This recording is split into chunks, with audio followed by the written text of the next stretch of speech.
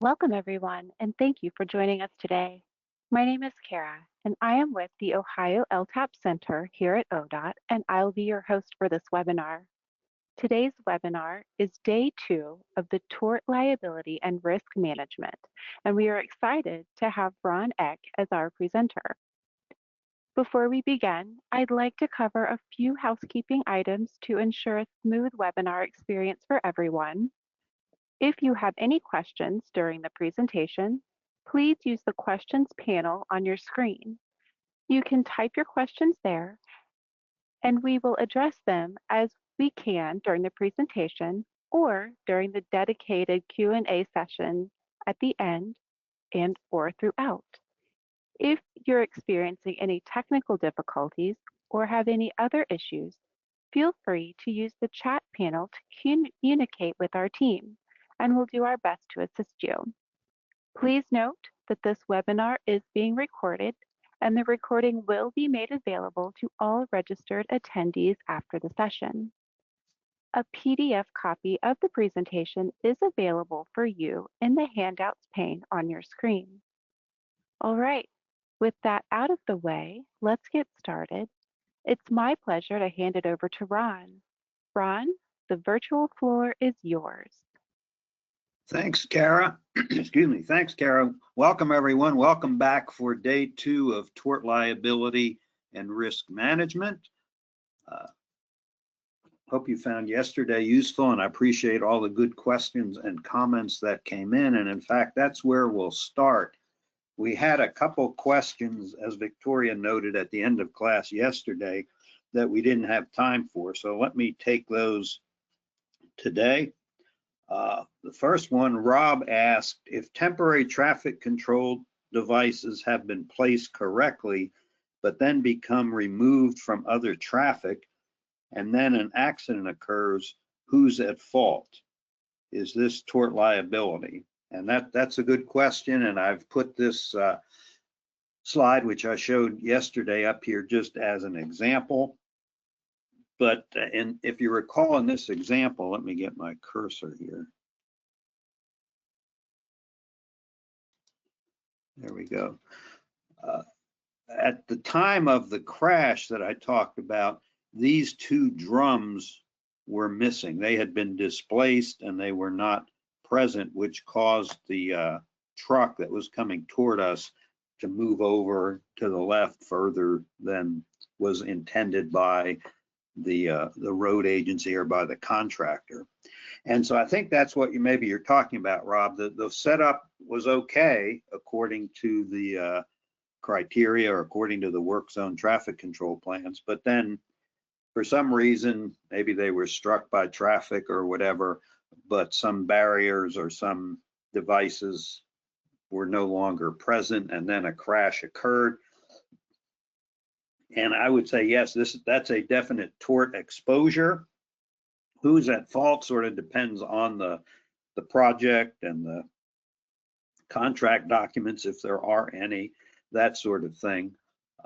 In this case, it was the contractor's responsibility to inspect these devices or inspect the work zone on a regular basis. And in fact, for a couple days before this incident, there were diary entries in the inspector's diary indicating that I think every 3 or 4 hours he drove through this work area and noted anything unusual about the devices or any missing devices and then replaced them. But this crash happened on a Friday night, and apparently around noon that Friday, the diary entries, there were no diary entries indicating that the work zone had been inspected, the devices had been inspected. And in deposition, after the lawsuit had been filed, the inspector admitted that he had left town early. Apparently it was a holiday weekend, so he left at midday Friday and failed to make provisions to have someone else inspect the devices. So in that case, the jury found, and there was more to this case than just these drums, as the other image here shows, but the jury found that they felt the contractor was negligent in the inspection of the devices that had been displaced. So yeah, inspection of devices in work zones, or just inspections of roadways generally, is important and can be an issue that comes up in tort claims. The second comment or question we had was from Barbara, who commented, the sign said sidewalk closed. And Barbara, I believe this is probably the image you were referring to. If not, let me know. But we talked about this sidewalk work zone, and it's true, it does say sidewalk closed. And there's a lot of things going on here. We could talk about ADA aspects and also safety aspects. But let me talk about safety first. If you look at PROAG in its preamble says that it is an accessibility guideline. It's not PROAG is not a safety guideline. It's up to us as transportation professionals to use our training, our experience, our knowledge to make the facilities safe. And I guess I would argue here, even though the sign says sidewalk closed, if you'll notice, there's a rather large opening here that people can continue past that barricade across this is apparently the driveway to the work site. They can cross that and head for the crosswalk. And in fact, notice there is a pedestrian. I was just in town for a conference in this particular city, so I was kind of a tourist. But it looked to me like this individual, she's carrying a briefcase here, looked like she was, probably had a job somewhere downtown, and this was about 5 o'clock in the afternoon. I suspected she was probably heading for a parking structure to get her car, or maybe to the transit stop or whatever, but probably was headed home for the day. And it appeared she knew where she was going, had done this before, and so she was just walking right on through the sidewalk closure here. So that sort of reflects kind of human behavior. Pedestrians generally will not backtrack, able-bodied pedestrians, and they will just kind of go forward unless there's some actual barrier that prevents them from moving. Now, if we switch sides to ADA, this barricade is not detectable with a cane tip, the long cane that blind pedestrians use for navigation.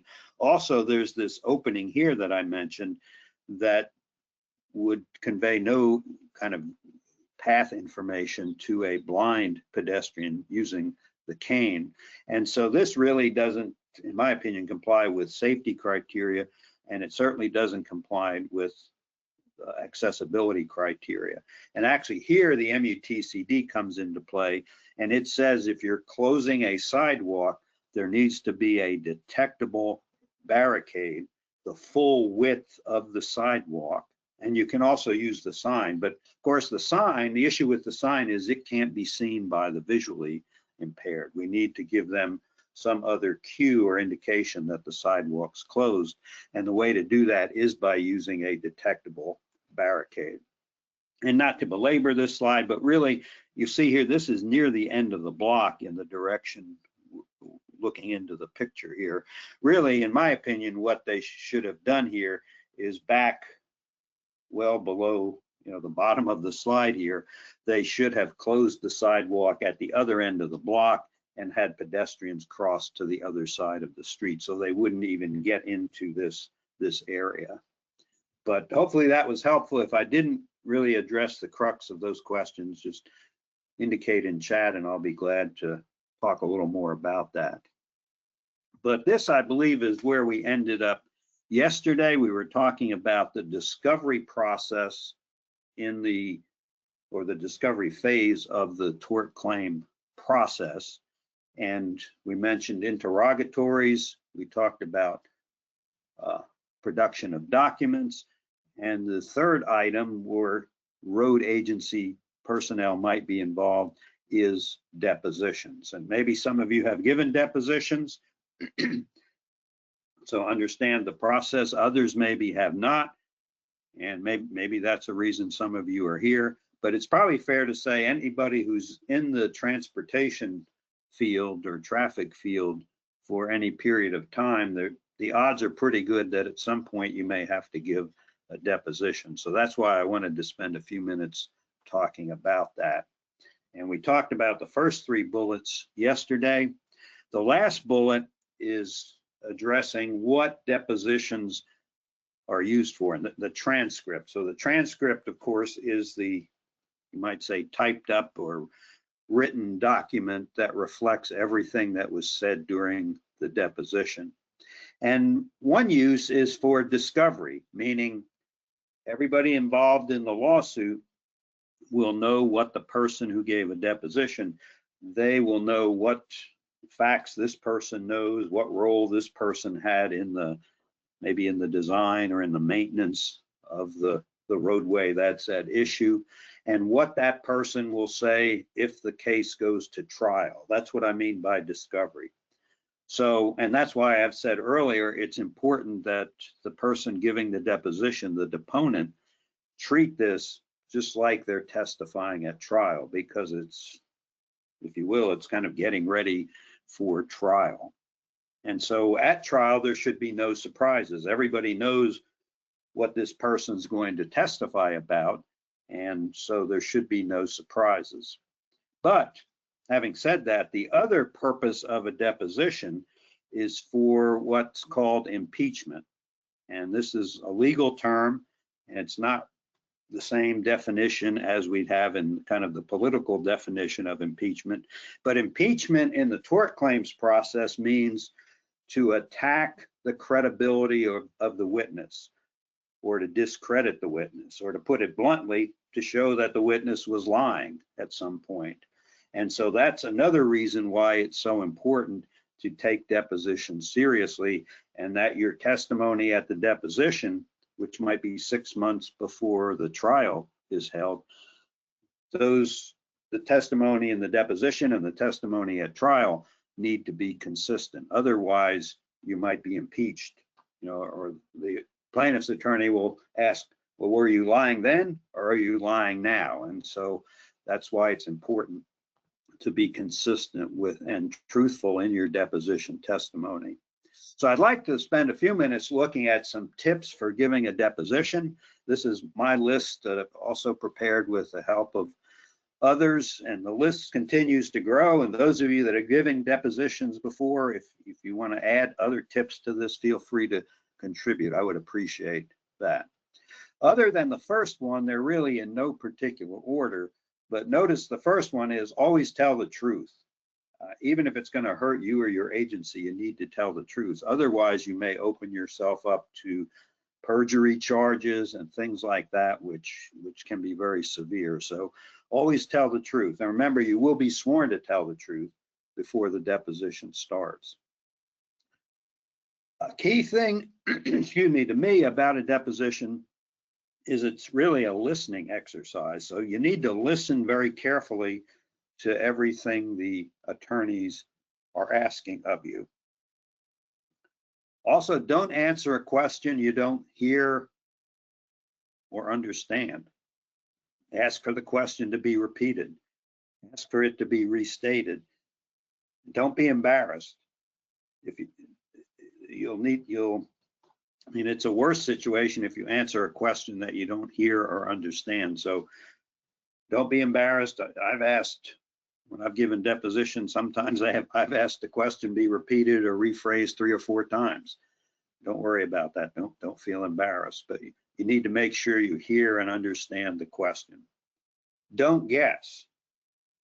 You can give an estimate, but make sure you're clear that it's just an estimate, but don't guess. For example, I am in my home office today in Morgantown, West Virginia, speaking to you. My computer is on a table. I don't think any of you have been in my home office, so you have no idea what my table looks like. If you were asked at deposition, what are the dimensions of the table in Ron's office, you would have to guess, right? Because you have no idea what the dimensions are. So the point is, don't guess. You would just say, I don't know. And it's okay to say, I don't know, or I don't remember, if those are the honest answers. Sometimes people tell me, well, if I say I don't know, it makes me look bad, or my agency look bad, but there's no truth to that. If you don't know the answer, just say I don't know or don't remember. A deposition is not like a memory test. You're not supposed to remember everything that happened in your life or in your work career, that sort of thing. So don't hesitate to acknowledge you don't know or don't remember. If you're shown a document, like you might be shown a diary entry, or you might be shown a design policy or a maintenance policy, or it might be shown a photograph or a map or something like that, take time to read and examine it to make sure it's the document that you think it is.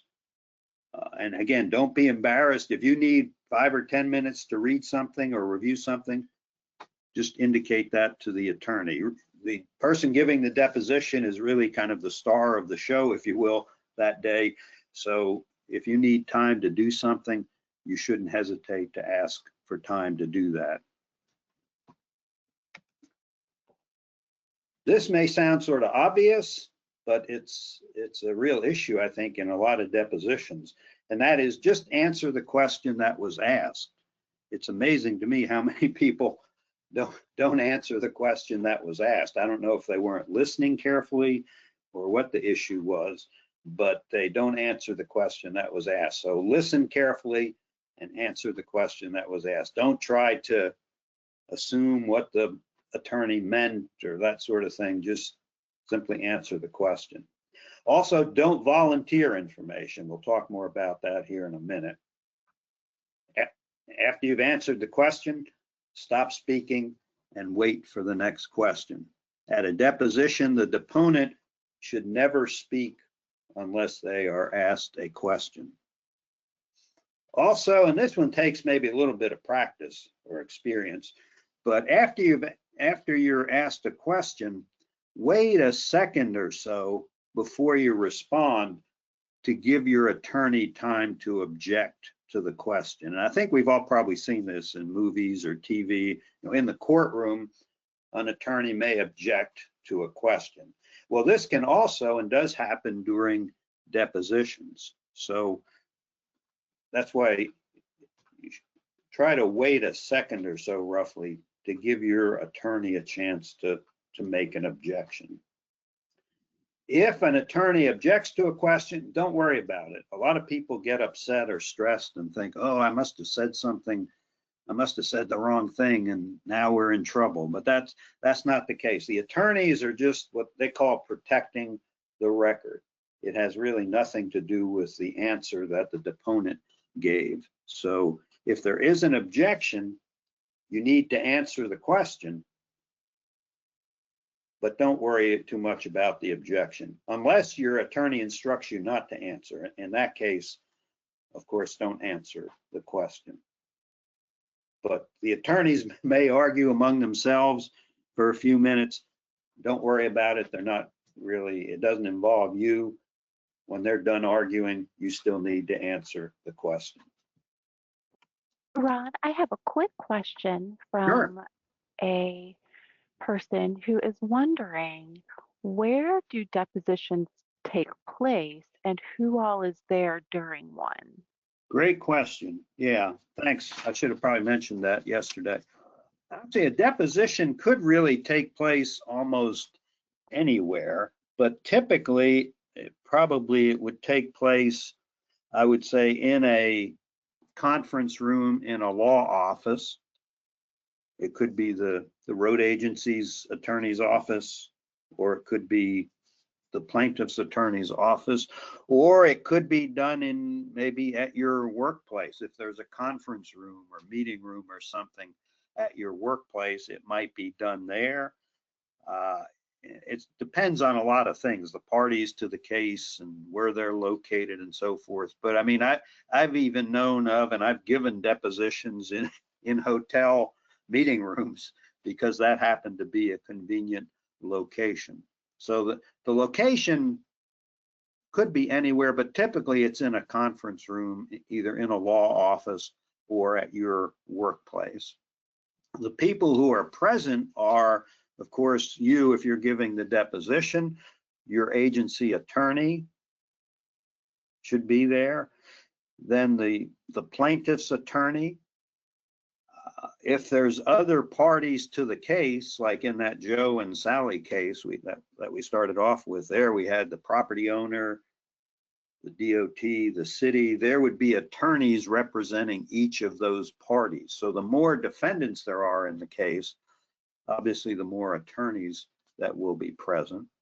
And as I may have alluded to yesterday, the other kind of key person who's there is the court reporter. And he or she is taking down every word that's said after the deposition starts, and then they will prepare the deposition transcript. So typically that's who's present.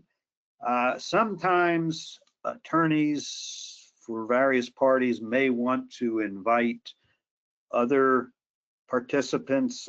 In some depositions I've given, they've had, I'm not sure what the term is, but maybe younger attorneys who are just starting with the firm, maybe trying to get their experience built up. They may attend, but they would just be, I would say, an attendee. They usually don't ask questions or make any comments or anything.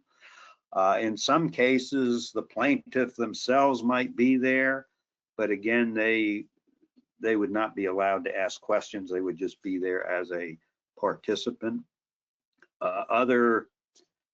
Like if the plaintiff maybe is a male, a married male, his spouse or her spouse might be in the room as well. But again, they don't ask questions. They are just there to kind of listen.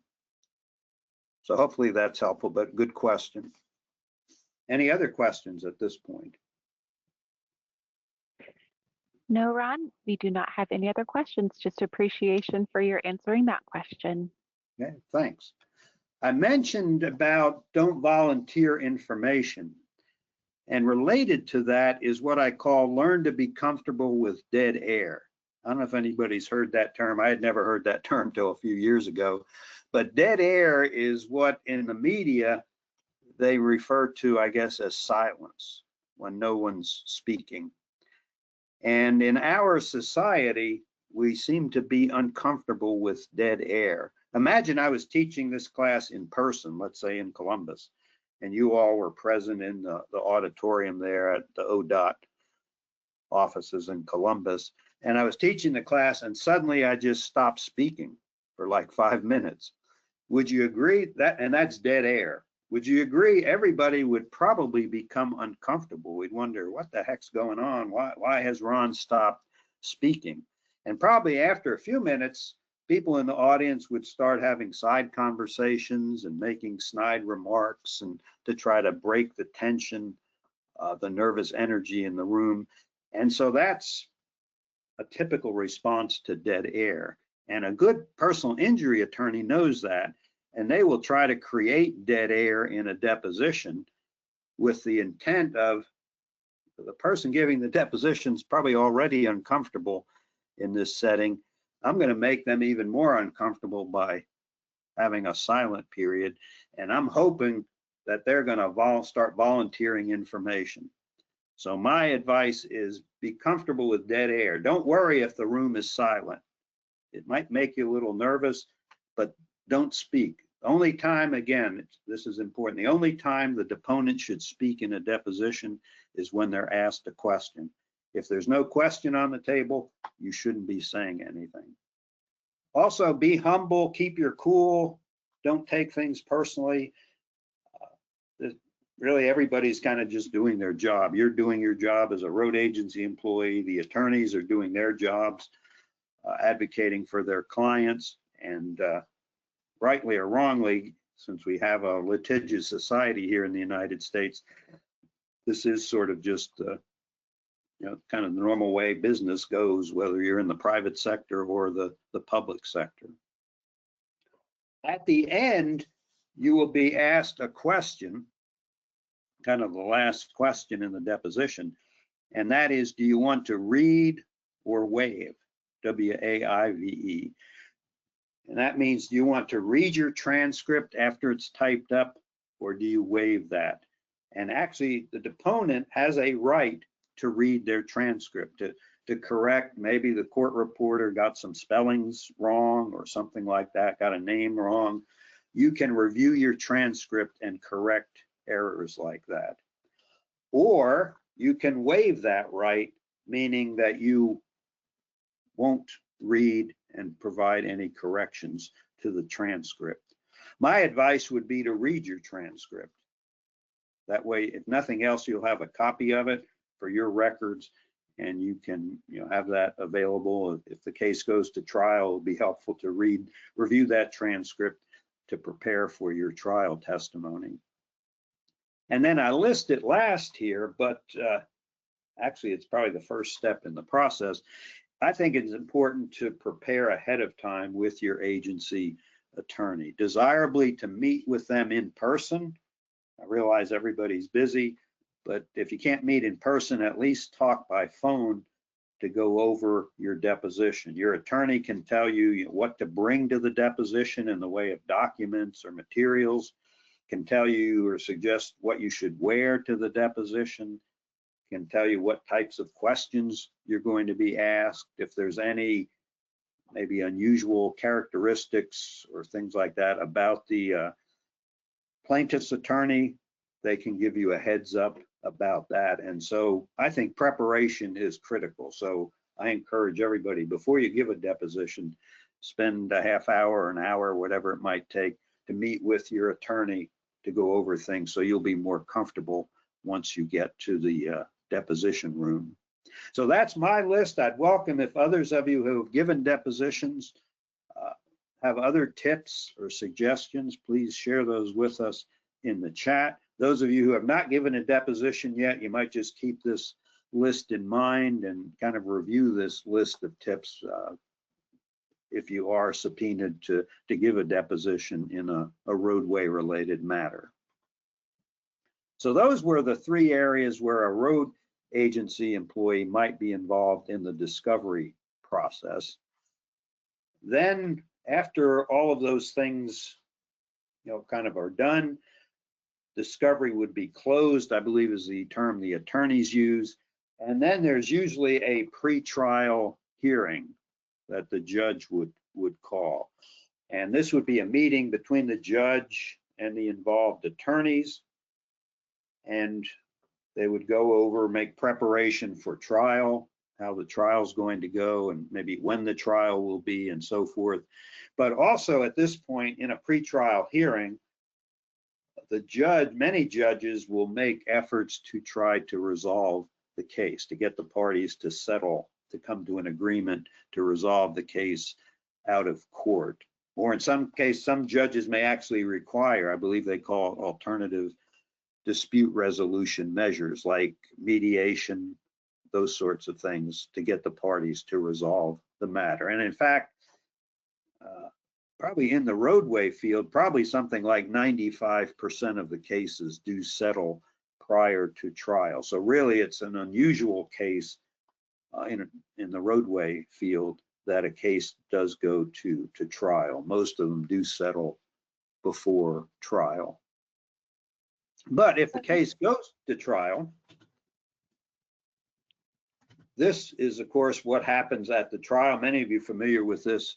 Maybe you've been a juror, but if nothing else, I think probably from novels and movies and TV, we have a feeling for what happens at a trial. But the jury would be selected. Then the plaintiff makes the opening statement. The defendant makes their opening statement. Then the plaintiffs and the defendants present their cases, meaning their witnesses, their evidence. And then there's closing arguments at the end. And then the judge gives instructions to the jury based on the law that applies to the matter. And then the jury deliberates, and then the jury reaches a decision.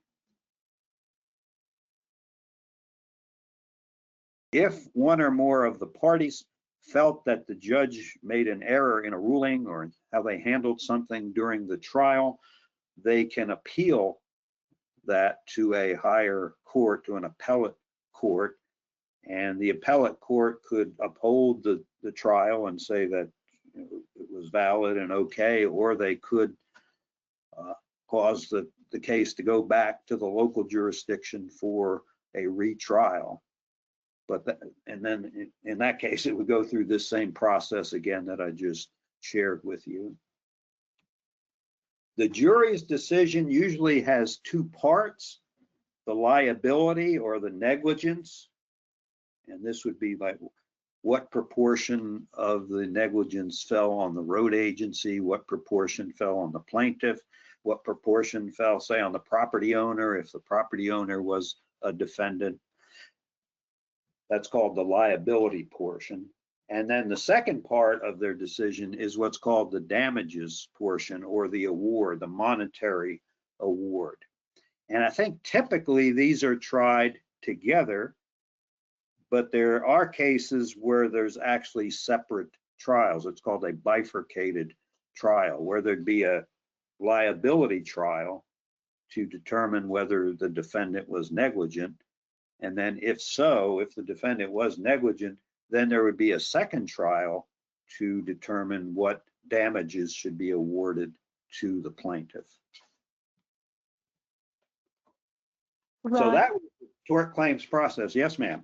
We have a question that relates a bit to the deposition. Do you mind if we ask that question now? No, please, go ahead. Wonderful, thank you.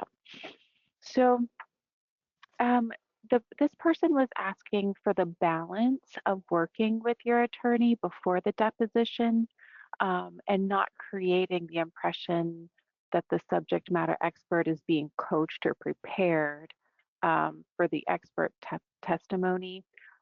So he's looking for some tips for the right amount of prep and also how they should respond when or if the opposing attorney asks how much you prepared with your attorney. Yeah, great questions. And again, I'm an engineer, not an attorney, but and when I've testified as a witness in roadway matters, I've always been as a, I'll say as a forensic engineer, as an expert witness. So I'm not, I'm not an employee. I don't have a employee or like client relationship with the parties in the lawsuit. But one thing, I think it is important to prepare or to meet with your attorney. And sometimes in the courtroom I've seen, or I've been asked myself, the opposing attorney will ask, well, did you meet with the attorney? Did you meet with your attorney? And they're sort of, you know, I think they want to convey, just by the tone of their voice, they want to convey to the jury that, hey, the attorney shouldn't be meeting with the employee, or the attorney shouldn't be meeting with their expert witness. But actually, that's, to me, that's not true. That's trying to create some doubt where really it shouldn't exist. It's the norm. To me, it's part of the normal process, legal process, that witnesses are going to meet with their attorneys to prepare for trial. The plaintiff is going to meet with their attorney as well. And so that's just part of the process. But one thing that I think changes when you have a road agency employee meeting with their attorney, as opposed to, say, me as an expert witness. The road agency attorney, or the agency attorney, is really a client of the road agency attorney. So everything that they say, would say in preparation, would be privileged and not subject to discovery by the opposing counsel. So as a road agency employee, you should feel free to meet with your attorney to prepare, because all of that should be protected. And again, that's my engineering sense of things. I believe they're entitled to know that the two of you met, but since there's an attorney-client relationship, they're not allowed to go into what those conversations were. As opposed to, if I'd be involved with the road agency attorney, I'd be hired as a kind of an outside witness, and so that attorney-client relationship or privilege would not apply to me. But again, I think I used the term yesterday, educate the jury. I think the same thing applies to this. If the plaintiff's attorney tries to make it sound like you're being sneaky by meeting with your agency attorney beforehand, I think it's important to just honestly explain that, hey, that's all parties in the lawsuit are meeting with their witnesses.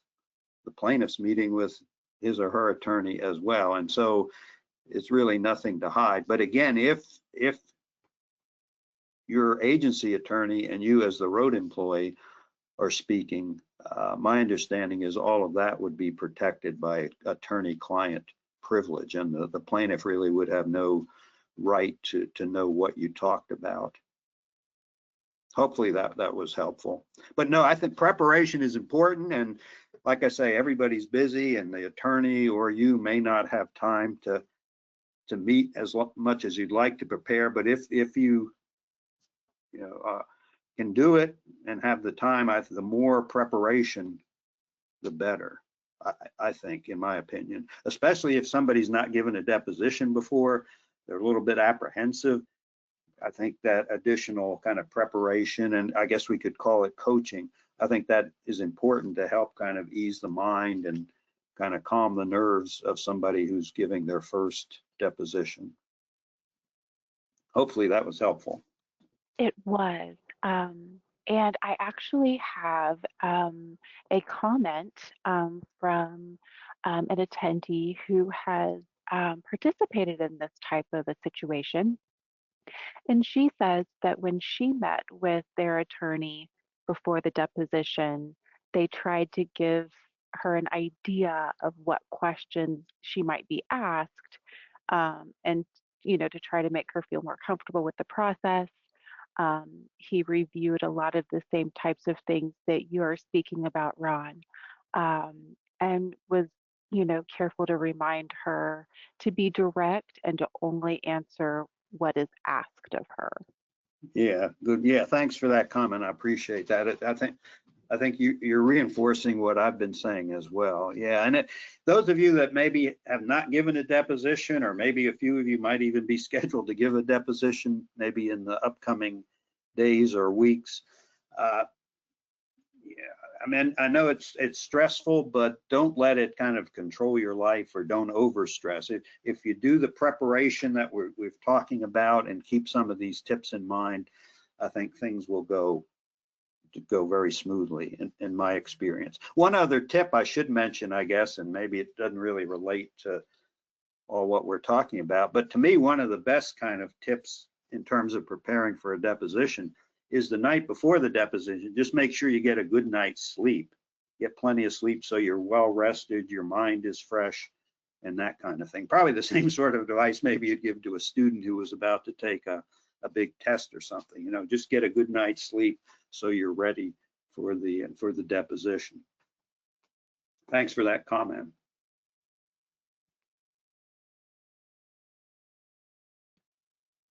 Again, I'm an engineer, not an attorney, so I'm sort of outside my field here, and I'm not giving legal advice, but I just want to share with you what some attorneys have shared with me over the years, and that's regarding personal matters. And the reason that I've even included this is because I know some of you might be concerned. What if in a lawsuit filed by the plaintiff, they may name the county or the city I work for, but what if they name me personally as an individual? What if they name me? What am I going to lose? My house, all my assets? What can happen? So that's certainly stressful. So I'd like to say a few words about that from a non-attorney aspect.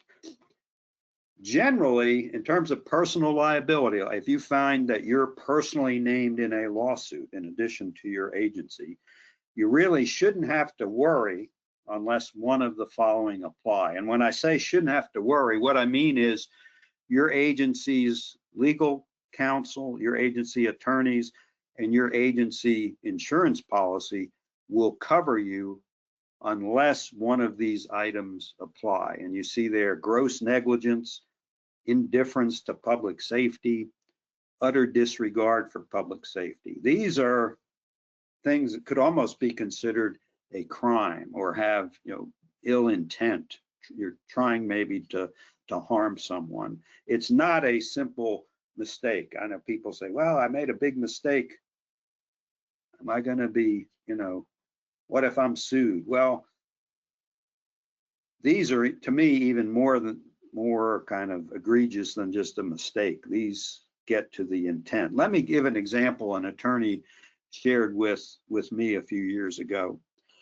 Many of you, I'm sure, drive, maybe all of you drive agency vehicles at some point in time, whether it's a car or a pickup truck or a snowplow or whatever. You drive an agency vehicle. And now imagine you're driving into an intersection and there's a crash in the intersection while you're driving the agency vehicle. And hopefully no one's injured seriously, but there might be a lawsuit that follows. I would call that some sort of maybe somebody, one of the drivers maybe made an error or mistake, or maybe there was some other issue going on. But now the crashes like that happen all the time. That's why we have insurance. But now think about that same intersection and you're driving that same agency vehicle into that intersection. But now just before you get into the intersection, you throw your hands across your eyes to blind yourself. And at the same time you're blinding yourself, you mash the accelerator to the floor. And so you kind of shoot into the intersection. And now imagine there's a crash. Is that a simple mistake or simple driver error?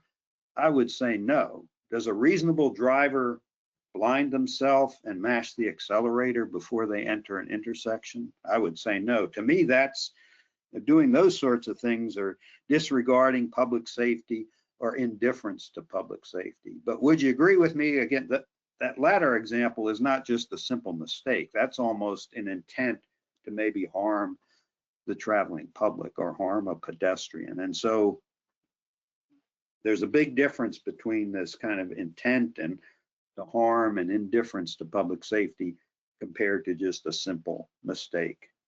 And as long as what you did was a mistake, no matter how serious, you should have your agency's insurance policy and your agency attorney behind you to help you defend the case.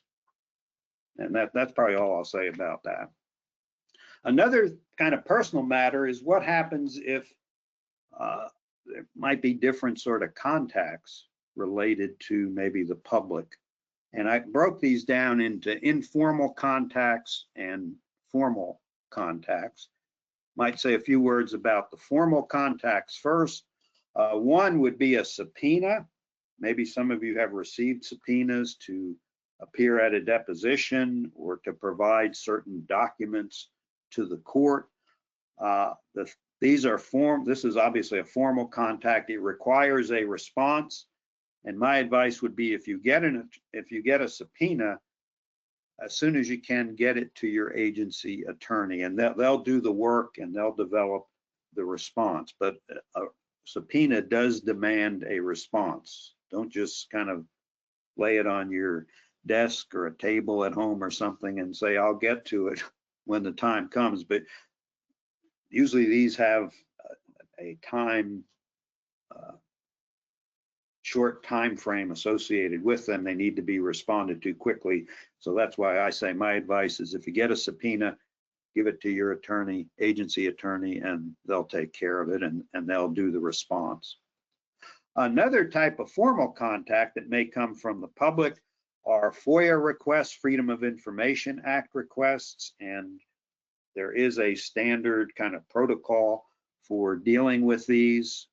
There's probably somebody in your agency that responds to these sorts of requests, but just to be aware that that's a kind of, I'll call it another sort of formal contact. The public does have access to certain documents that public agencies may have in their possession or may generate. But maybe a bigger concern is kind of informal contacts, and maybe some of you have received these or been on the receiving end of them. They could be a phone call, or it could be maybe you're out in the field doing some field work and a vehicle stops and person gets out of the car and they start talking. I called it like a fishing expedition. They're looking for information. They're fishing for information. Maybe there was a serious crash at the intersection nearby a couple weeks ago, and they can see maybe from your vehicle or from your dress that you work for the governmental agency, and so they're going to try to get some information from you. My advice is, don't be cordial with them, but don't say anything beyond normal kind of greetings.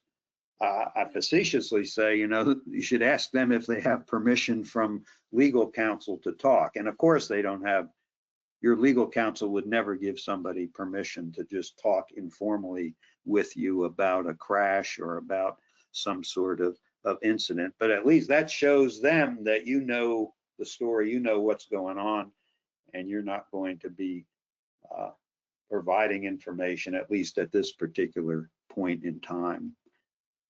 Don't say anything you would not want written down, because you can be sure that it will probably be twisted and turned, and in the courtroom will show up, not exactly what you said. So they have a right, if they want to file a lawsuit down the road, they can take your deposition. They can find out what you know or don't know. But remember, then you're sworn to tell the truth. Everything you say will be transcribed, and there'll be a record of it, so there's no question what you said. And also, your agency attorney will be there to protect your rights and to protect your agency's rights. So just refer them to agency attorney or the legal department. Yesterday, we talked about a few common problem areas. I'd like to continue that today, look at some additional problem areas, starting with pedestrian facilities. And here's one, I think I may have used the term yesterday, double whammy. I call this sort of a double whammy for public agencies, for municipalities, especially in this case, since it's a sidewalk. But notice the sidewalk slabs are heaved up by tree roots. Could be an ADA, and probably is an ADA violation. So someone in a wheelchair or a walker would not be able to use this sidewalk because of the elevation differences. And so it's a barrier in the ADA sense. And so someone could file an ADA civil rights lawsuit if they are unable to get, say, to their workplace or to the pharmacy or the library or some other destination.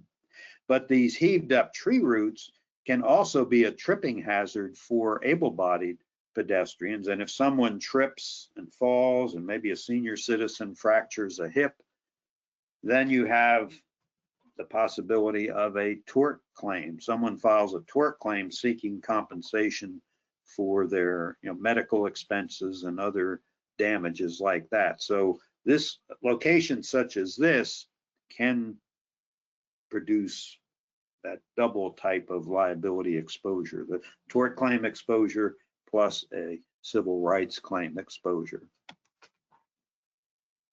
This is the steps to a courthouse in upstate New York.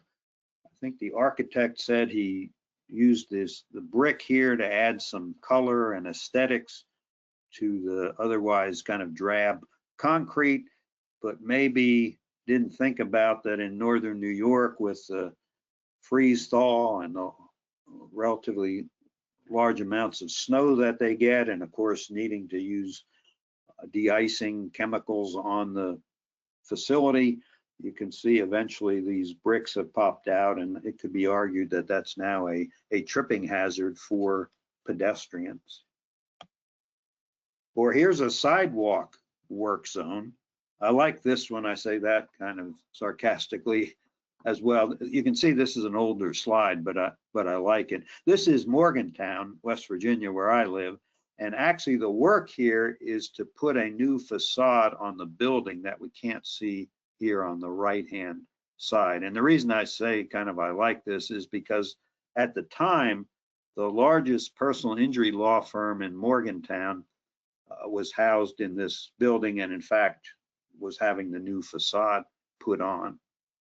And I kind of say to myself, you rascals, you probably sued many public agencies around the state of West Virginia for sidewalk work zones.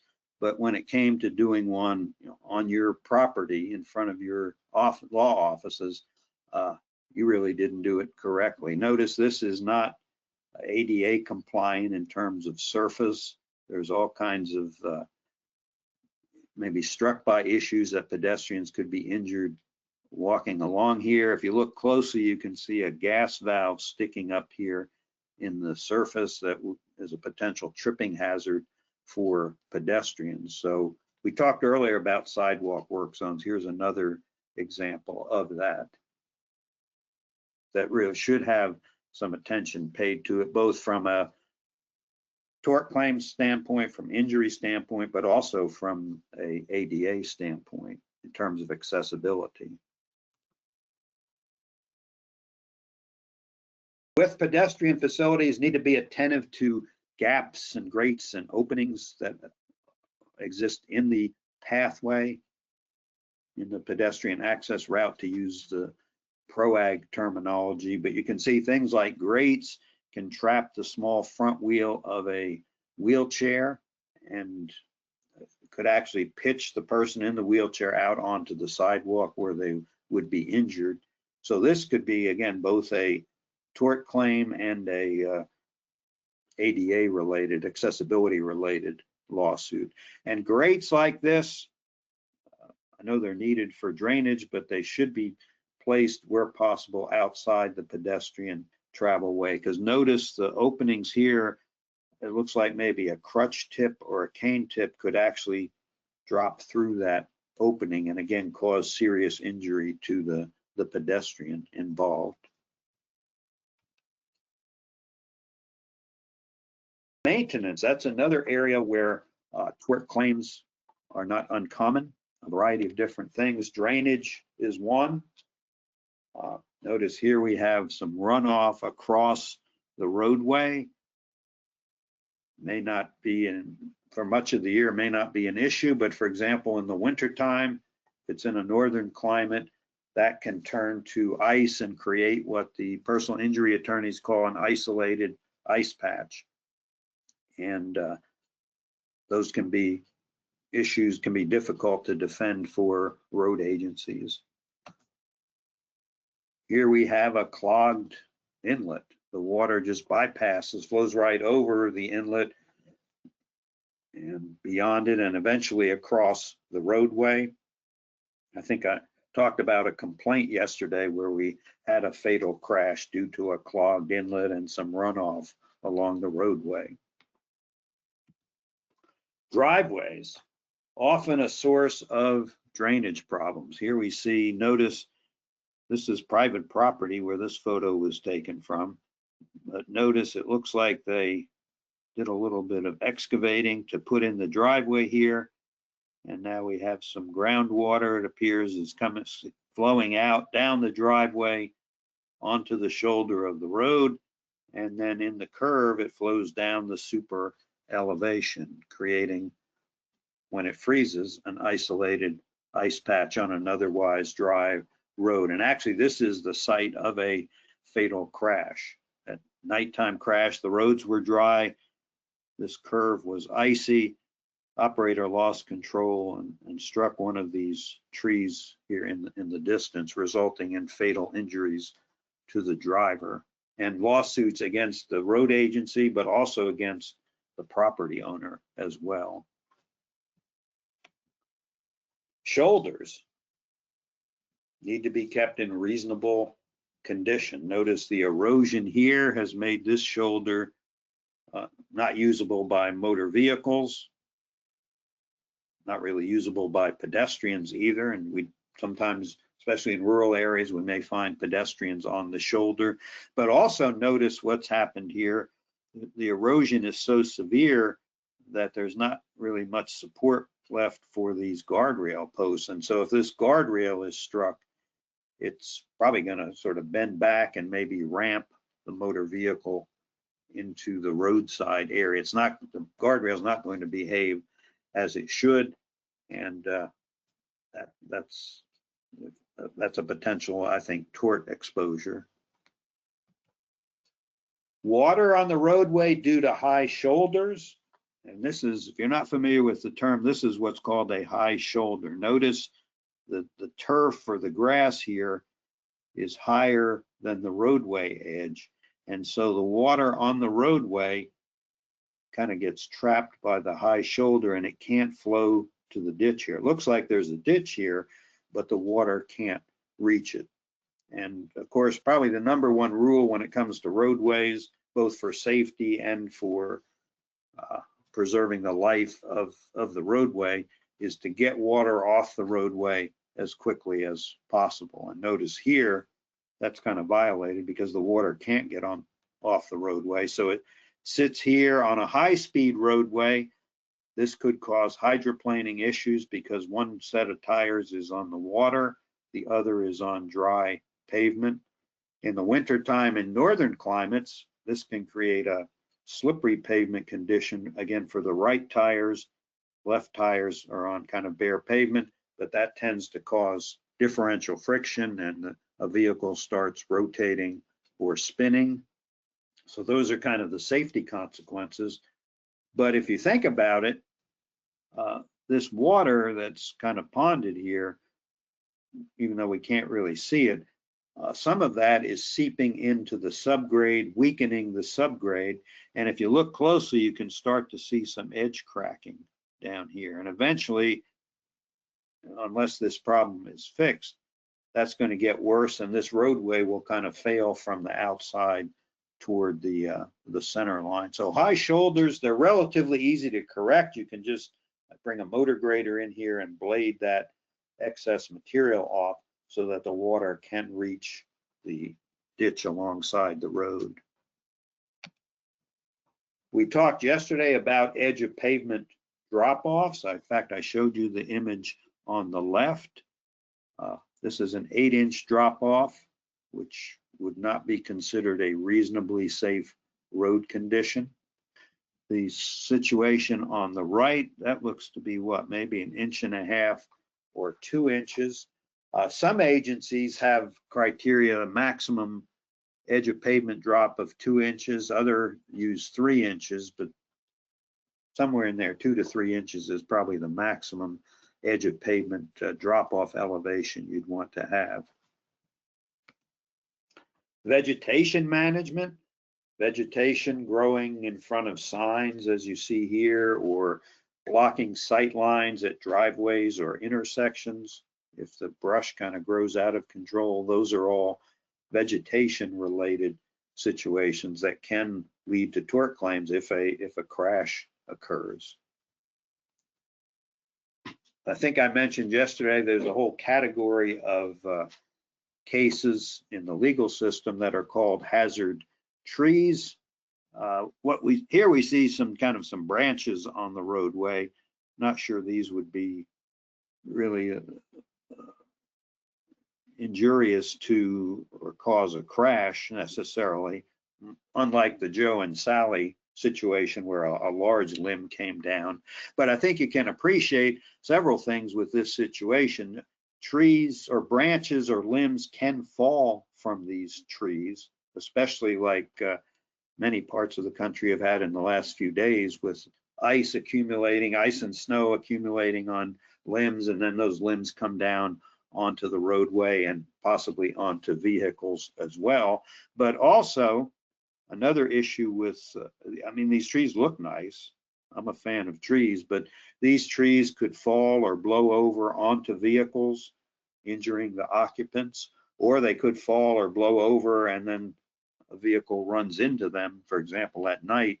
Again, that could cause harm to the occupants. So vegetation management with respect to trees is a big consideration, but some of these cases can be kind of complicated because you may have the tree on private property, but branches and limbs extend over the roadway, which is maybe state or local roadway. So there's a number of different considerations. And I think if we have time tomorrow in our case studies, I'd like to look at maybe a hazard tree case where we can talk about some of these considerations. Here is unfortunately I guess a true hazard tree. This tree fell onto the red SUV that you see here and fatally injured the driver of the vehicle. And a forester was retained by the plaintiff and opined that this tree had some health issues that should have been visible to the road agency personnel. Winter maintenance. A lot of the country is in the grips of winter now, so this is an appropriate topic to look at. And of course, well, last weekend, Saturday and Sunday, many parts of the country, Ohio, West Virginia, Pennsylvania, Kentucky, were experiencing what I would call, what the attorneys call, a general snow event, a general snow and ice event. And notice this vehicle, hopefully the occupant is okay, but this vehicle went off the road, overturned, probably due to slippery pavement condition. Generally, when there's a general widespread snow and ice condition or storm event, crashes and lawsuits that might result from those crashes, those lawsuits, or the agency, I should say, would generally be immune from suit. For example, the occupant of that vehicle, let's say they were injured, they can't file a suit claiming, hey, if the road agency had applied salt and plowed the road 15 minutes before I got there, this crash would have never happened. I think the courts recognize that during ongoing events, especially if it's snowing an inch or two per hour, it's just really no way a road agency can keep up with that. And so those kind of suits related to those situations are generally immune from suit. But having said that, should keep in mind there are suits that have occurred related to the cleanup and widening that happens after a storm, and also during a storm and maybe shortly after a storm. There can be suits, and they are not typically immune for example, I'll say plow operations. Maybe, and I know this happens a good bit, vehicles run into plow trucks while they're in snow fighting operations, and serious injuries can occur.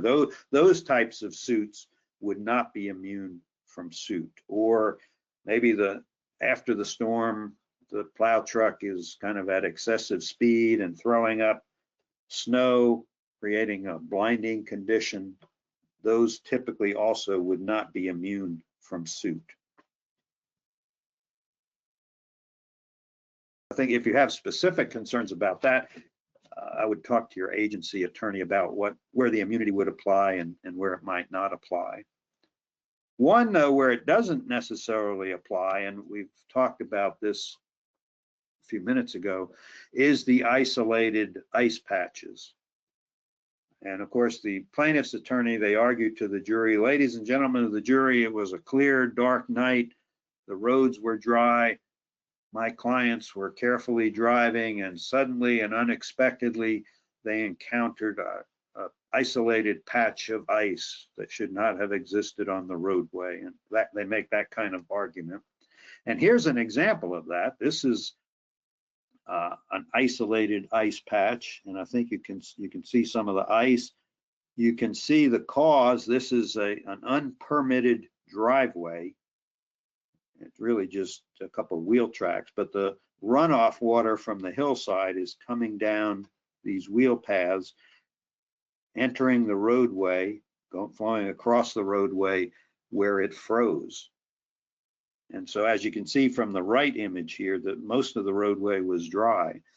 And what happened is the gray Jeep that you see there was traveling into the left photo, opposite the direction it's shown on the right side. The driver encountered that ice, lost control, went up the embankment, and you can see kind of flipped over and came down on the passenger side. And there was a female passenger, probably in her mid-20s, in the passenger seat, and she is now a quadriplegic. She'll be in a wheelchair the rest of her life. And this case, I talked early yesterday about sympathy factor. This case had a high sympathy factor. First, I should tell you, I guess there were 3 defendants. This is a state road, so the state DOT was a defendant. This, of course, is private property, so the property owner was a defendant. But the property owner made an arrangement with a timber harvester for the timber harvesting company to come in and remove some timber from the property. So that timber harvester was also a defendant. So there are actually 3 defendants in this case, and it was the timber company that did not get the permit for the driveway and designed, that's probably too strong a word, I'm not sure it's designed, but created that the runoff situation there. But what happened here, both of these images are actually taken on Christmas morning a few years ago. And it turns out that the occupants of the vehicle were a young couple, husband and wife, who just got married like a month before this crash. And actually they were on their way to one of the in-laws for their first Christmas dinner together as a married couple. So there was no impairment, nothing like that. And in fact, the state DOT attorney who was assigned the defense of this case, he commented that he wanted to settle this case as soon as possible from the state perspective, because he just feared that in a court of law in front of a jury, that a case like this would have a high sympathy factor, and he was afraid of what the verdict might be. So the DOT offered some money early on in this matter so they would get out of the case. But that was an isolated icing condition. Another pavement surface condition that can occur and does occur is bleeding pavement. If you're not familiar with bleeding pavement, this is what it is. Notice it's an excess of asphalt material, the asphalt material at the surface. And you can kind of see in the larger photo here, it may appear almost shiny as a surface characteristic.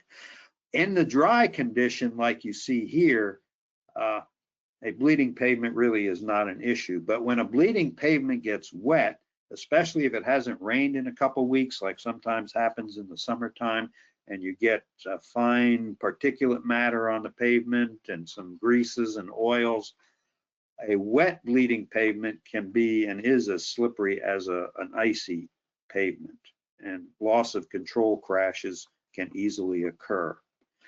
Bleeding pavement typically happens on surface treated roadways, but can occur on other roadways as well. But often it's associated with surface treatments.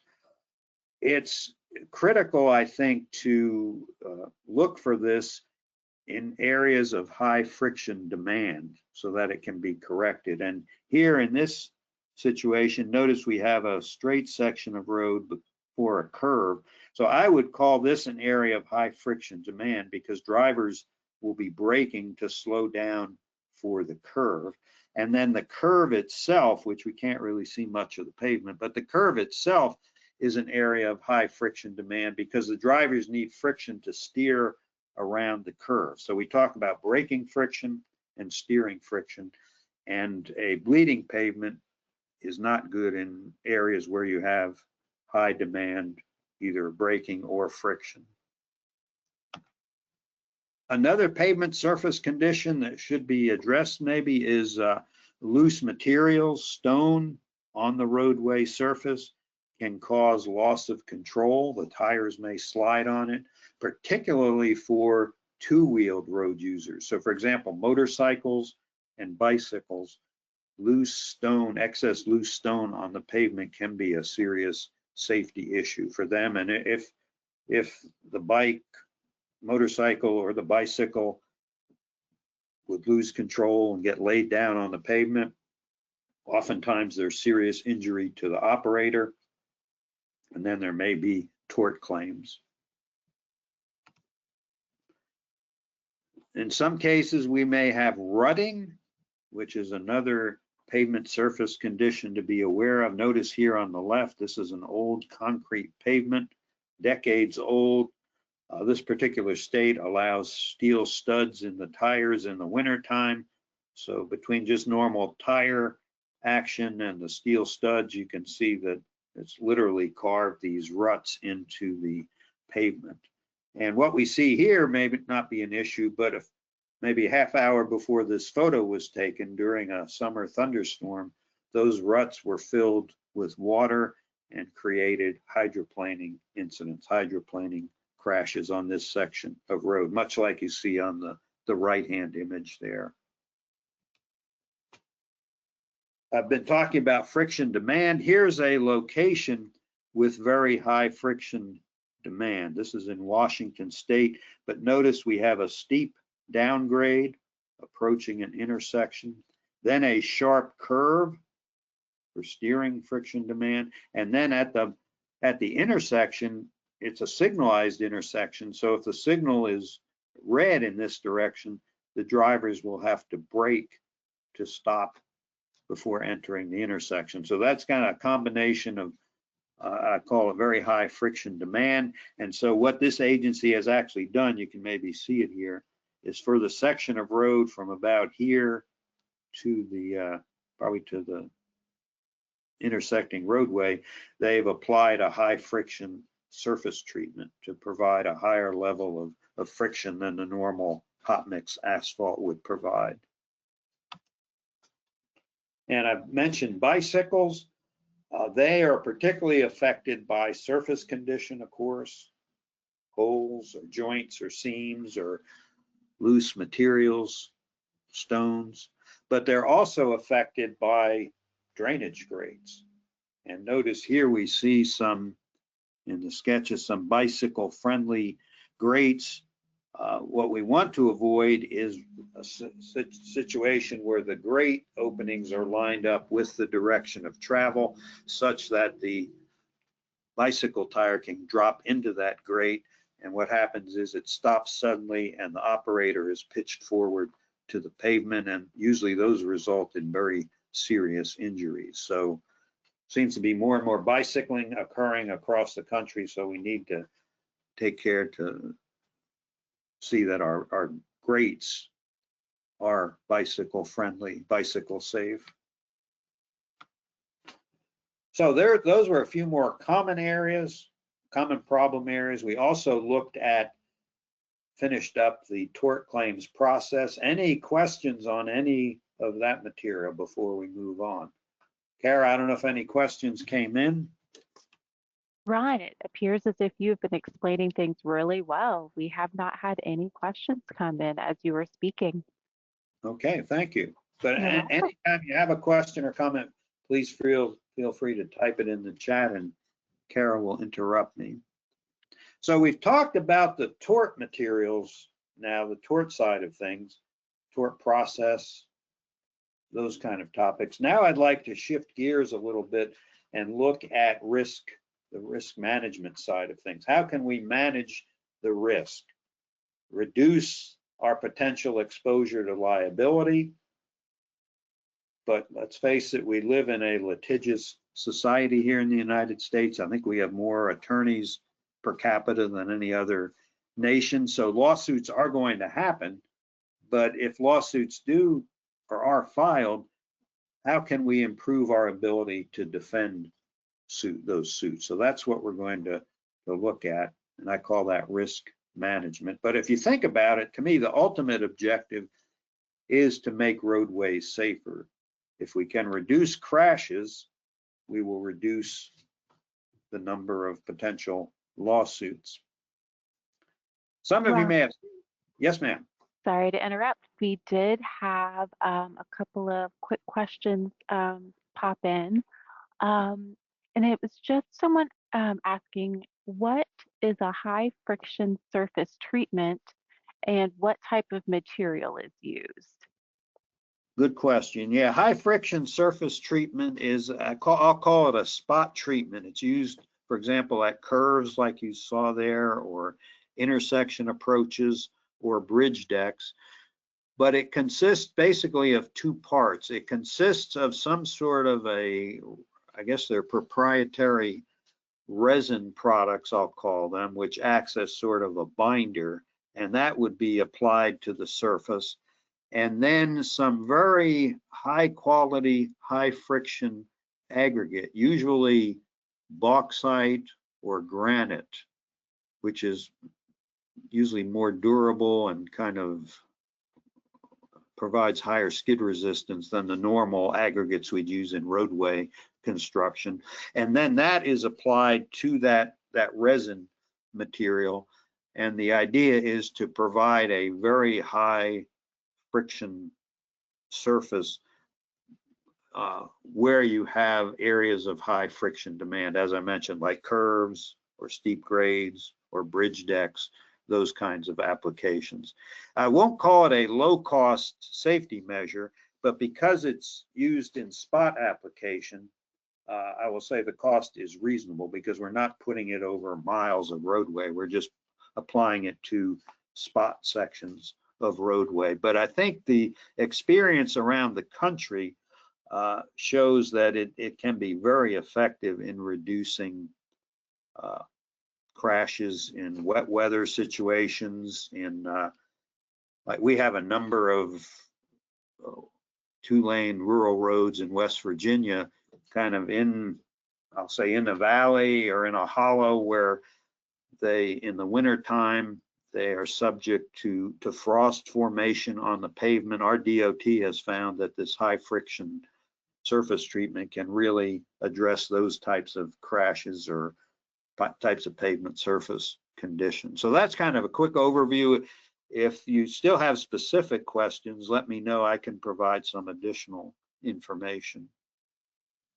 Well, he was curious if you could use micro milling for a high friction treatment.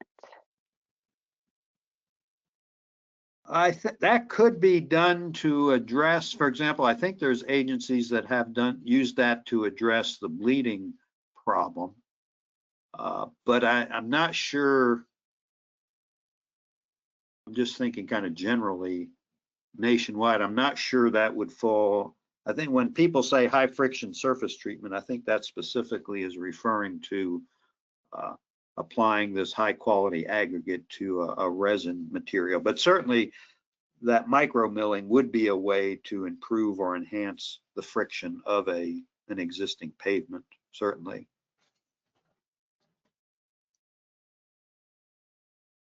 Wonderful, thank you. He does not have any follow-up questions at this point.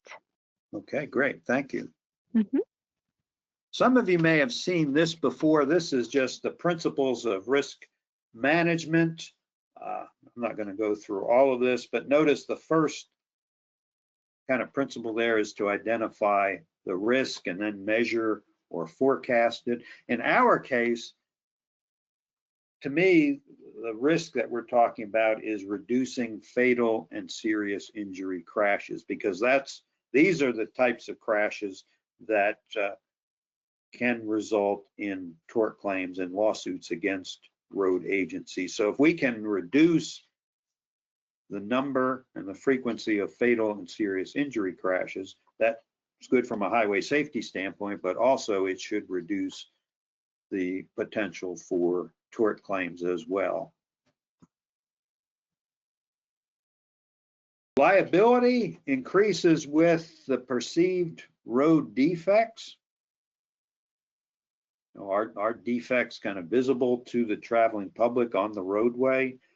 Changed operational conditions. Some examples of that. One would be work zones, temporary traffic control. We talked about some of the issues that arise in work zones, because I would contend that's a changed operational condition. We may have changed the surface of the roadway, may have changed the width, maybe the alignment shifts a little bit. And so those changed operational conditions, that's where crashes tend to increase. And if the crashes increase, then also probably the tort claims increase as well. Obviously, increased crash severity, the more severe the crash, more likely that there will be tort claims filed. And then interestingly, the number of defendants. Liability tends to increase with the number of defendants. What often happens, rightly or wrongly, in lawsuits with a large number of defendants is the defendants, rather than sort of working together in terms of developing a kind of a common defense, oftentimes they'll sort of point fingers at each other and argue among themselves, which I'm not sure helps the overall kind of result in the case from the defendant's standpoint. But these are things that can increase liability. What about the expectations of the public? We've talked about reasonably safe road and a reasonable person and a reasonable agency. But what exactly does that mean? What are the expectations of the public? Notice you see there the second bullet, they expect a road agency to act in a reasonable manner, probably follow the appropriate criteria, act in a timely fashion, those sorts of things. But they also expect that there's that responsibility to act or duty. The public, I think, recognizes that. Based on the information at hand and within the available resources. And I think the courts recognize and the public recognizes that road agencies don't have unlimited budgets. They are constrained that way, but they expect the agency to expend those funds and act in a kind of rational, objective manner. These are some of the things that go to the reasonableness of action. How reasonable is the agency? What's the severity of the harm posed by the condition? If the potential harm is quite severe, that may affect how the public and how a jury would judge the reasonableness of the agency. So severity of harm, but also notice the likelihood of harm, kind of the probability of harm also gets to reasonableness. The method available to correct the situation. Does the road have to be redesigned, or could we just, might some signing or traffic control address the issue, or clearing some brush to improve sight lines, which relates to the burden of removing the condition? And then what about the potential for using temporary protective measures until a kind of a permanent long-term solution can be implemented? So let's look at some things then that we'll start with agencies and then we'll move to individuals, but things that agencies can do to reduce their risk. And I like to say, as this slide says, don't forget to schedule regular policy reviews. Look at your policy documents, manuals, instructional materials, kind of on a regular basis, review them. And like it says here, look for information that may be confusing or inaccurate or out of date. Let's face it, things change over time, right? New technology means maybe we have new equipment now that we use in the field, or new materials, new ways we do things. And so the guidance that was in the document originally may not be applicable anymore. My suggestion is have technical documents reviewed by the engineering or technical staff to verify that they comply with generally accepted engineering practices. So that would be one part of the review. Make sure that the technical folks are involved, but also the staff who implement the policy, say the maintenance crews or the truck drivers. Make sure they're involved. They should be represented on that review team to make sure that what's in the document can actually be implemented in the field, and that what's being done in the field is consistent with those documents. Also, of course, the agency legal counsel should be involved. So the team should be, attorneys, attorney or more than one attorney, the field personnel, and also then the technical and engineering staff as well. And when you're revising a policy, make sure internal consistency is maintained. By that, I mean make sure that not only is that policy consistent, but it make sure what's said in there is consistent with other policies that the agency may have. Here's an example from a county, the county's website on how to report conditions that may require maintenance. So keep that in mind. This is the website that's used by the public to report conditions that may require maintenance. And there's a lot of words there. I'm not going to read all of that, but notice for one section here, they address shoulder maintenance. And they say accidents are likely to occur where drivers are called on to make decisions under circumstances where their vehicles are unable to respond. And then they go on, the two basic maintenance problems we face are shoulder drop-offs, which we've talked about, and they call it shoulder buildup, the high shoulder, which we talked about. And then they go on to talk about, they also talk about sidewalks. And it says the County Highways Division keeps a list of sidewalk problem locations that have been reported by residents. And the bolding, the highlighting here is mine to highlight certain terms. If the sidewalk is settled but not broken, the sidewalk will be temporarily patched with asphalt if there is a tripping hazard. So they address shoulders and sidewalks. Now remember, the purpose of this part of the website is to allow residents to report concerns or complaints. So here's my assessment of this. I'm not sure on a website or the part of the website where you're taking complaints or concerns, I'm not sure we need to explain how roads operate and how vehicles might leave the road and that sort of thing. I call that surplus language, and I think because it's not really needed for the purpose of this part of the website. And the reason I say that is because it gives opportunities for a plaintiff's attorney, gives them theories of liability that they may not have even thought about before. So we shouldn't help them do their job.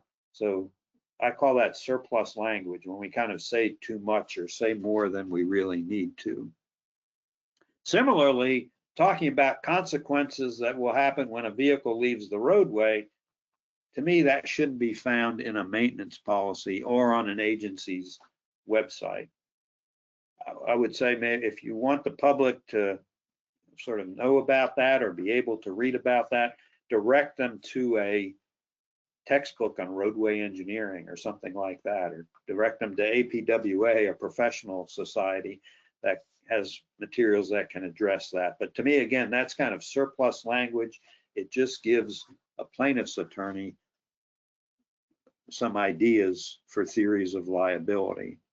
The other thing about that is the statements like that diminish the role of driver error in crashes. And if you think about it, when your road agency attorney is defending a case, or even when the attorney for, say, a contractor or a property owner that might be sued, what they're trying to do in defending the case is they're trying to say, hey, the roadway didn't play a role, or the tree on the private property didn't play a role.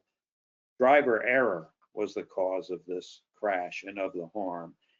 But if we talk about the roadway being a problem or being a dangerous condition, that reduces the role of driver error and may increase the role, at least in the jury's eyes, of the road's role in this sequence of events. And so that may have not so good consequences in terms of a jury verdict. Similarly, notice regarding sidewalks, the agency admits it has a list of problem sidewalks. We'll talk in a few minutes about liability neutral language, but again, don't identify things as problems or hazards. Certainly agencies, I think many agencies, maybe all agencies, have lists of sidewalk issues that they want to address, but call it that, a list of sidewalk repairs or something like that, but don't identify it as a problem or a deficiency. Again, remember the purpose of the website is to let the public contact the agency to report conditions. So we shouldn't be giving them explanations about roadway, how roadway safety, works, or how maintenance procedures are done. So to me, they need to kind of rewrite this whole portion of the website. And here's some suggestions.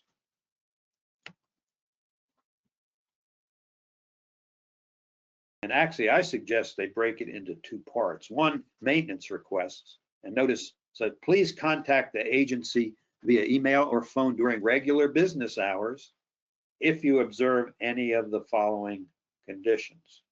And notice there's a whole list here. Trees or shrubs blocking the view of oncoming traffic, a clogged drainage ditch, damaged pavement markings. You might say, well, these are deficiencies in the roadway, and that's true, we could argue that. But notice we're not kind of judging. We're not saying it's a problem or it's a danger or it's a hazard. We're just describing the conditions so that if a resident sees one of these things, as it says here, they're supposed to report that to the agency by phone or email during regular business hours. Or if these trouble you, what I've seen some agencies do is just use photographs without caption. Have a photograph of a shrub blocking the view of oncoming traffic, or have a photograph of a pothole, or a photograph of a clogged drainage inlet, like similar to what I showed you earlier. So that's another way of handling this, is rather than getting into judgment of hazard or deficiency, just show a photograph of it. And then the second part here says, please call 911 for roadway conditions such as objects in the roadway, like a tree, downed utility lines, a crash. So these are what I would call kind of emergency conditions. And so that's why the agency is directing residents to call 911 to report those conditions, 24 hours a day. And again, we're just describing conditions. We're not making a judgment about whether something is hazardous or dangerous or a problem. We're just presenting conditions. And again, if you're troubled by these words, use photographs. Show a photograph of a crash, show a photograph of a tree across a roadway. And residents know that if they see that at any time, they should call 911. Some other organizational risk management activities. And one of these is, how do we deal with variations from agency guidelines? Designers often call these design exceptions, but these variations can occur in construction and maintenance as well as design. The key thing is to document the variation. Show that the guideline was considered. You're aware of what the guideline is, and then explain the reasons why we couldn't comply, why we had to deviate, or why we had to have an exception from the guideline. And then show its approval by competent authority. And here's an example. This is from Caltrans, California DOT. This is their part of their template, they call it, for exceptions to mandatory design standards. And this is the cover sheet. And notice the cover sheet is just signatures of various people in the organization. And that's not to be bureaucratic. That is to show that these exceptions were reviewed and approved at different levels in the organization. So it was not just one person's arbitrary and capricious decision. Plaintiffs' attorneys like to use those terms, arbitrary and capricious. But if you have this template like Caltrans has and this signature page, you can make the case that, hey, this just wasn't one person's decision. Or if it was reviewed and approved by various people in the organization. And in that template, it's more than just the cover sheet, of course. They have a number of different sections. You can see here, those sections document why you're requesting the exception, presents maybe an accident analysis, crash data, traffic data, and then supporting photographs, sketches, correspondence, or what have you. And this would be similar. Some of you may be involved with the ADA, Americans with Disabilities Act, technical infeasibility kind of write-ups or exceptions. The same sort of documentation is needed in those instances. So documentation is critical when you're not able to comply with whether it's a design or construction or maintenance guideline. Be sure to document your reason for making an exception.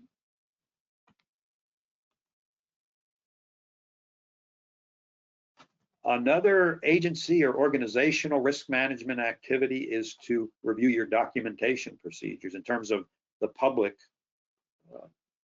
notifying the agency with a complaint or a concern.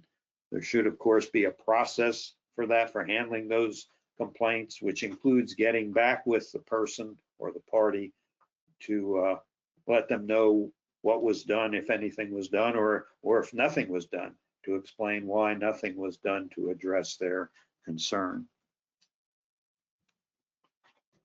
Another, I think, key part of agency or organizational risk management is to develop and maintain personnel competence, professional development of agency staff. And here you see some of the elements that make up that personnel competence. Provide training appropriate to people's job assignment. And that's important for all levels in the organization. I mentioned, I think, that yesterday in looking at that sample complaint.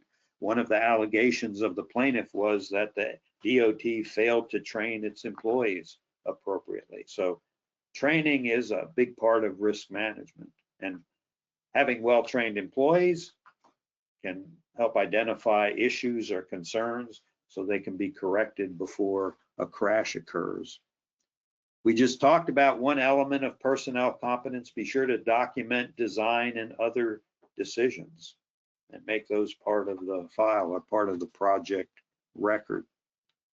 Conduct post-construction reviews, which could be a review after construction of a new facility, or as I think I mentioned yesterday, I use this term to also talk about after, say, work zone signing is installed. Have somebody drive through the project to check the signing, make sure the signs are not blocking existing signs. I showed you an example of a detour sign that was installed unbelievably in front of a stop sign, blocking driver view of the stop sign. Maybe if somebody had just taken a few minutes to do a post-installation drive-through of that work zone traffic control, they might have been able to catch that issue and correct it before a crash occurred. So that leads into my last item there, make work zone traffic control effective. And that, we've talked a little bit today about sidewalk work zones. Maybe walk through or take a wheelchair through or a blindfold and cane and go through a sidewalk work zone to make sure it's effective and complies with the PROAG and MUTCD criteria.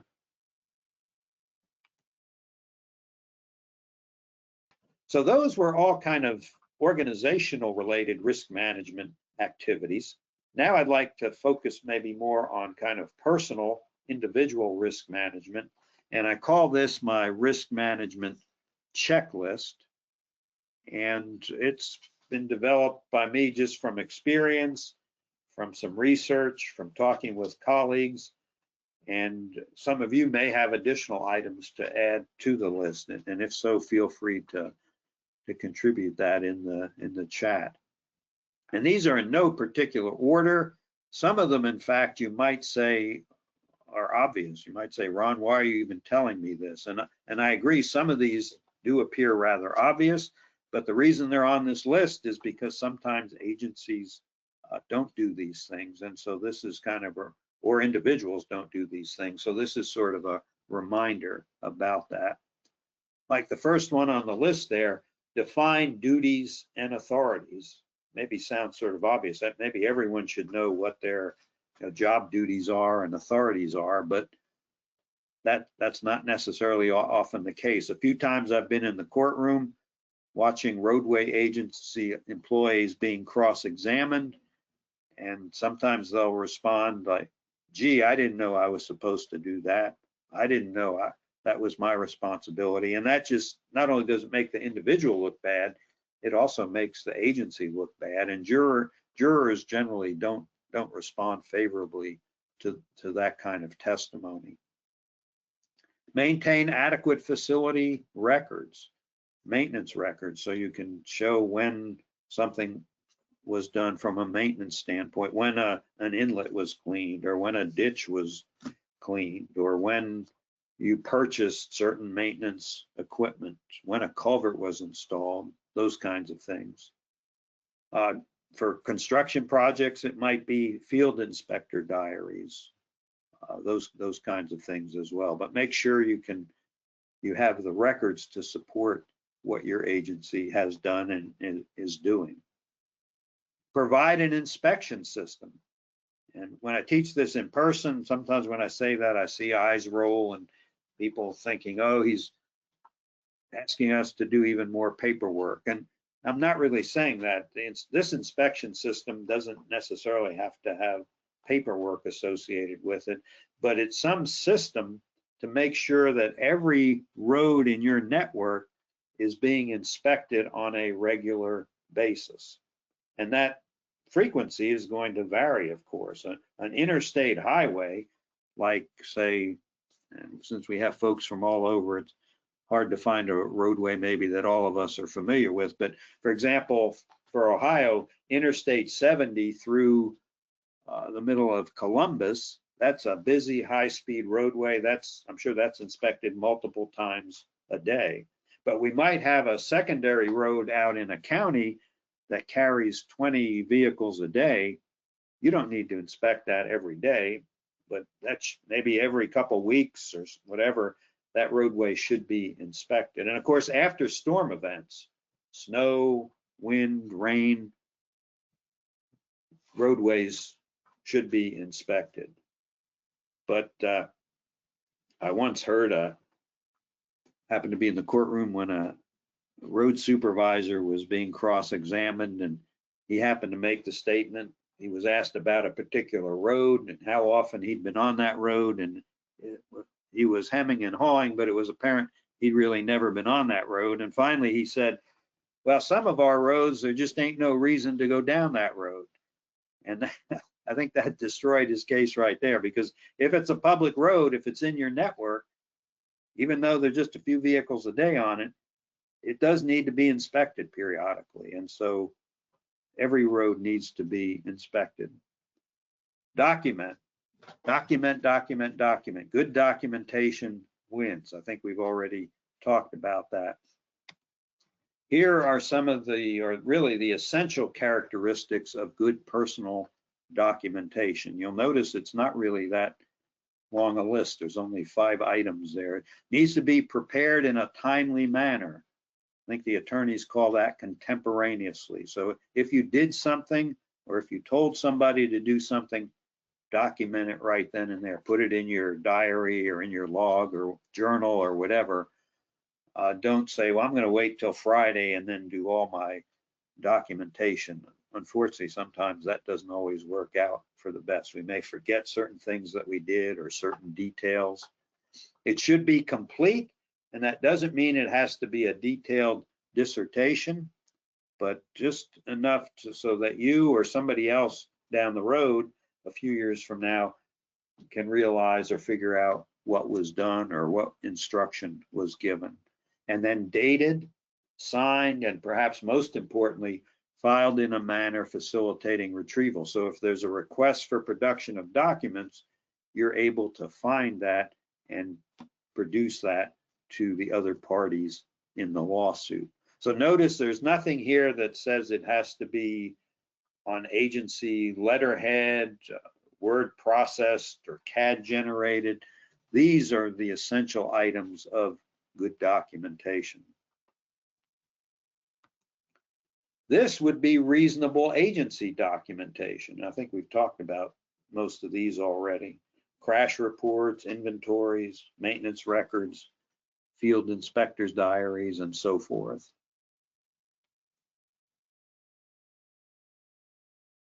Another part of risk management, of course, is to establish a citizen response system where citizens can make their concerns or complaints known. Make sure you're using current design criteria. The word I've highlighted there is current. The MUTCD, the 11th edition, just came out in 2023. States have been adopting that or developing their own version in conformance with that. So, or design policies change, we need to make sure we're using the current design criteria. Follow rational procedures for setting priorities. Again, the legal system recognizes public agencies don't have unlimited funds, but they expect those funds to be spent in a rational, objective manner.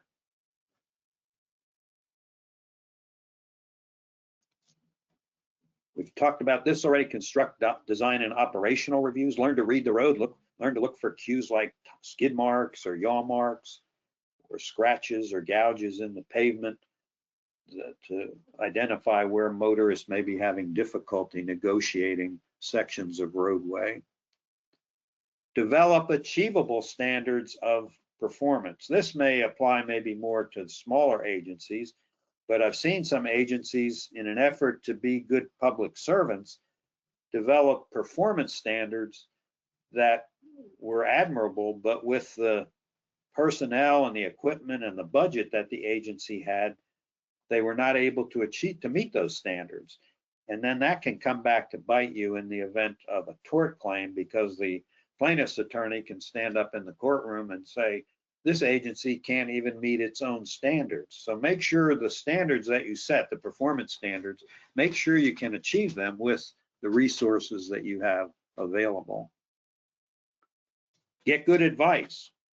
Participate in training is one way. I commend all of you for participating in this class and other LTAP trainings. Go to professional organization meetings like APWA or ASHE, the American Society of Highway Engineers, or the Institute of Transportation Engineers. Not only might you learn something, say, from a formal seminar, but maybe at the meeting you'll be able to chat with peers or colleagues around the state or around the area and maybe learn how they solved a particular problem or something that you can bring back to your organization and maybe do things better, more cheaply, improve road safety, those kinds of things. Avoid false economies. A good example of a false economy would be someone who arrives at the scene after a crash has occurred and realizes, oh, we should have trimmed that vegetation so the motorist can see the stop sign, but we're not going to do anything until after the lawsuit's resolved. That's a false economy. Remember, the concept of subsequent remedial measures says that any corrective action we take is not admissible to prove negligence. This number 12 is a little bit maybe harder to achieve, but try to get feedback about claims and suits from the attorneys. And I realize, and rightly so, they often say, well, we can't really share this because it would have identifying information maybe about the individuals involved and insurance information and so forth. But my response to that is, we appreciate that, but as an engineer, I'm not really interested in the details like that, personal information. I'd like to know kind of the nature of the crash. What was the claim? Was the claim about drainage or traffic control or pavement surface condition? And what happened? Did the case get dismissed? Did it go to trial? What was the verdict? Did it settle? That's what I mean about getting feedback about claims and suits, because I think that might help us do our job better, including maybe prioritizing certain things. Cultivate awareness of agency employees so that if they see something on the roadway, maybe even as they're coming to work in the morning or going home in the evening, that they report that to somebody so that it can be addressed before a crash occurs. Similarly, I talk about cultivating contacts. These are people not in the road agency, but kind of doing related sort of work. For example, EMS.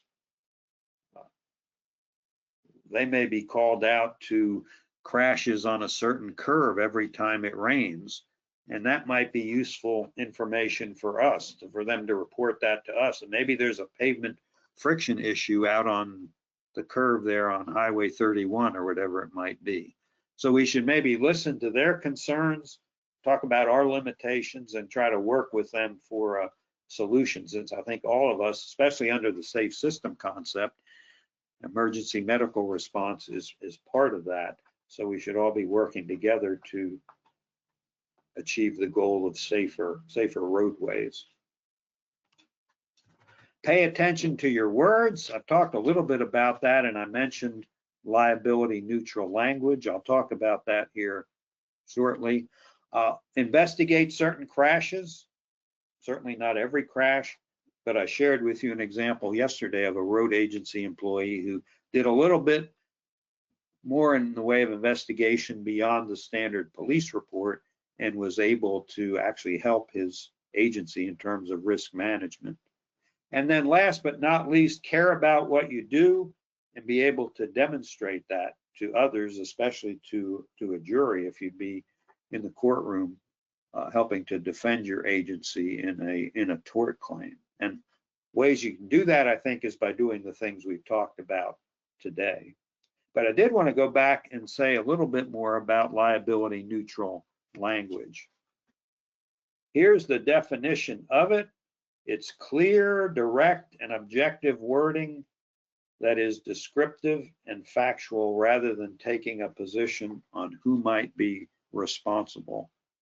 And notice these two signs here, warning of intersections. Notice this one says dangerous intersection. That's what I mean by taking a position who might be responsible. This sign is sort of suggesting that the road must be responsible if there's a crash, not the driver. And that makes it tougher for the agency attorney to defend the lawsuit. Whereas the sign on the left here, which is a standard sign from the MUTCD, and notice it's in good condition, it's not faded or worn. It just warns of a for approach intersection ahead. It doesn't give any judgment or position on danger or that sort of thing. And then we talked about make sure the words and language in your documents reflects how things are actually done. So choose each word carefully.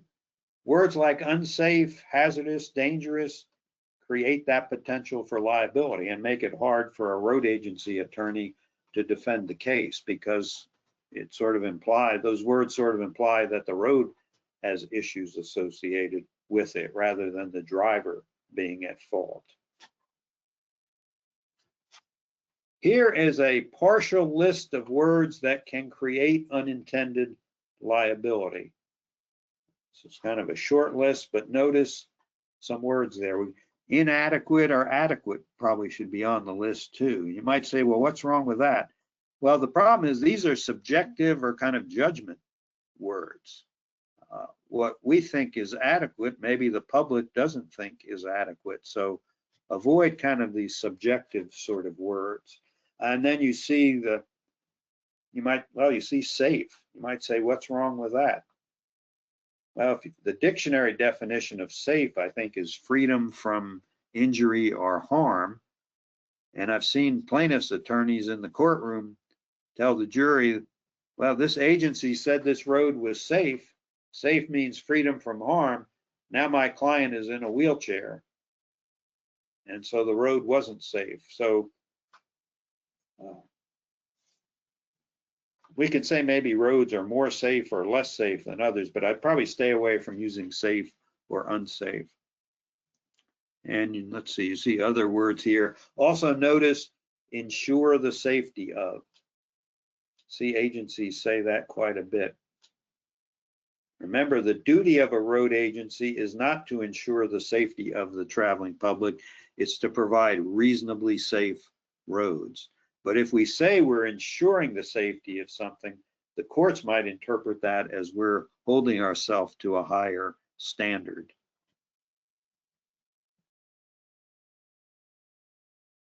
Here's an example. This is an actual example. I want to identify the source other than to say it's a guide published by a government agency for local municipalities. It's a technical resource. And in the chapter that's talking about ways to improve safety on local roads, the guide states, and the highlighting is mine, reduce crash severity by designing appropriate slopes and ditches and removing hazardous roadside features. So this is implying that roadside features can be hazardous, that they can cause harm.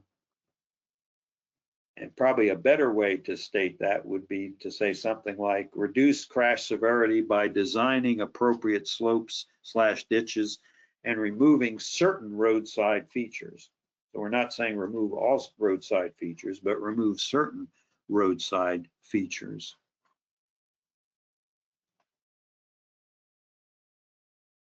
And lastly, and I know we're running out of time, I did want to mention emails. Don't hit send without carefully reviewing your text or email. And I'm talking about now if you're using an agency email account or an agency phone or device, that material and the messaging associated with that is discoverable in a request for production of documents. So always remember, an email is a legal document. It's not a conversation. And emails are forever. Those words are from an attorney who told me that one time. Even though you may think you have deleted your text or email, it's out there in the cloud and it probably will be found and used in a tort claim case. So the emails, and again, I'm talking about your agency accounts and agency devices, include only the facts presented in an understandable, factual, neutral manner. Don't provide opinions. And then I got good advice from Terry Parker. Terry kind of wrote the book on liability neutral language. She's the chief counsel for the Missouri DOT, and she spends a lot of her time training Missouri DOT employees about liability neutral language and risk management. And I like her advice. She says, before you hit send on a text or an email, ask yourself, would I be okay seeing this text or email on the front page of the newspaper tomorrow morning? And if your answer is yes, I'd be okay with that, then go ahead and hit send. But if your answer is no, I wouldn't want this on the front page of the newspaper, then either revise your email before you send it, or maybe the best thing to do is go down the hall or across the maintenance yard, wherever your workplace is, and talk face to face to the recipient of the email about the matter rather than putting it in an email. And here is a sad example. This is real.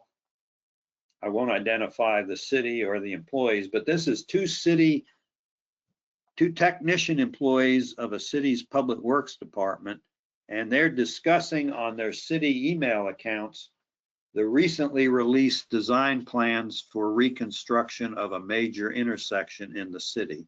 And this is just snippets of their email chain. Heather says, what do you think of the left turn design from Maple to 5th? And Ryan says, looks dangerous to me.